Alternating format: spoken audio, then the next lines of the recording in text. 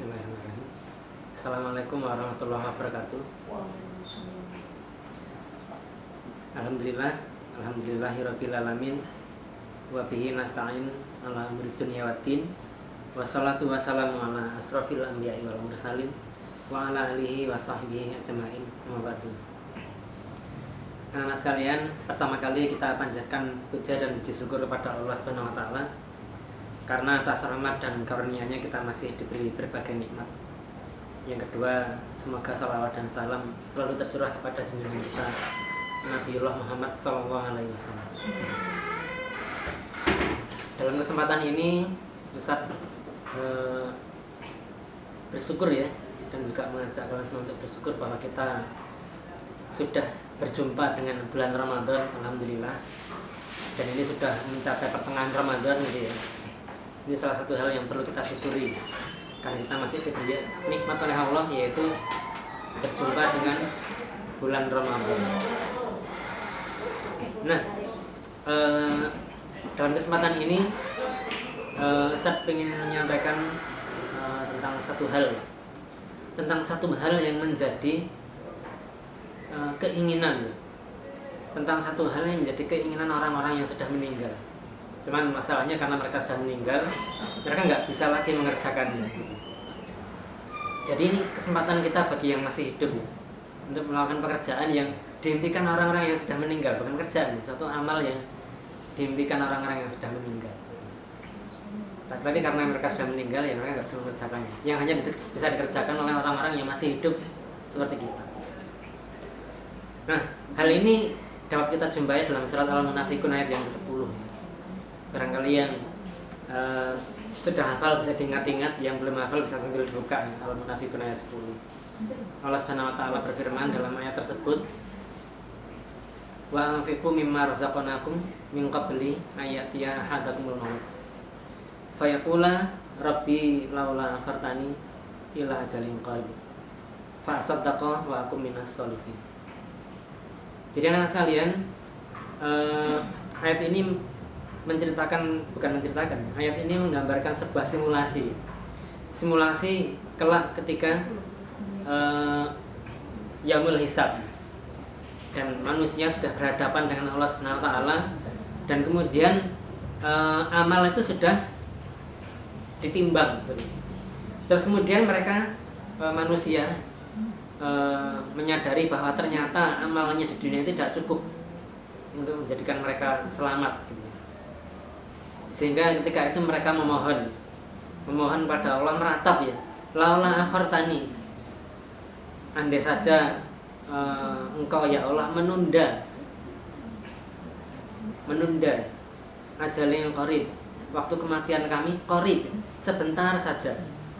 Jadi waktu itu manusia meratap kepada Allah supaya diberi tangguh waktunya untuk meninggal, ajalnya itu diberi tangguh. Buat apa mereka minta ajaran diberi tangguh? Maka dalam ayat ini Allah menceritakan fa'asaddaqa, mereka akan bersedekah. Fa'asaddaqa, kami akan bersedekah. Wa akum minas sholihin, dan kami akan menjadi orang-orang yang saleh. Jadi mereka meratap untuk melakukan itu. Tapi terus kemudian Allah SWT menegaskan dalam ayat yang ke-11 ya, wala yu'akhirallahu nafsan idza jaa ajaluha. Jadi kalau ajal seorang sudah datang, ya Allah nggak akan menundanya gitu. Nah, anak-anak sekalian, ini adalah sebuah simulasi yang akan dialami oleh manusia kelak di masa ketika sudah berhadapan dengan Allah. Nah, ketika mereka sudah menyadari bahwa ternyata amal perbuatannya kurang, mereka meratap untuk melakukan satu hal itu tadi. Fa'asaddaqa. Mereka meratap untuk diberi waktu sebentar saja untuk melakukan satu hal, yaitu apa? Sedekah. Karena itu anak sekalian, kita yang masih hidup ini ya mungkin waktu kita panjang, tapi kita nggak tahu ya di sini meninggal atau enggak. Jadi kita gunakan waktu kita sebaik-baiknya untuk bersedekah.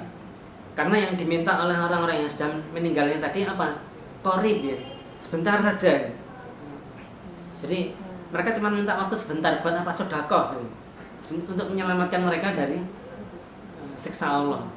Nah, sedangkan kita masih punya waktu nih.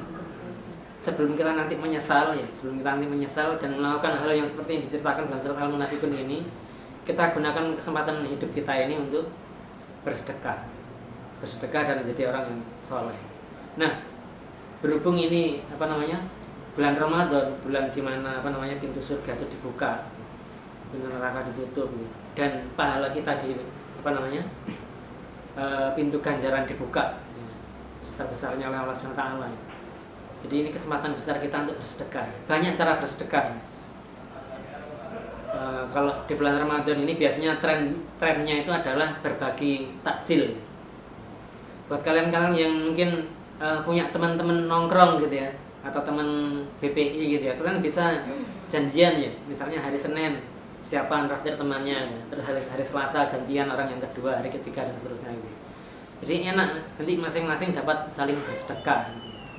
Nah, selain itu anak-anak sekalian, bersedekah juga tidak hanya berupa harta ya, tapi juga bisa hal yang lain, dapat berupa ilmu atau amal perbuatan kita ya, bantuan kita kepada orang lain ya, senyum bahkan itu juga sedekah.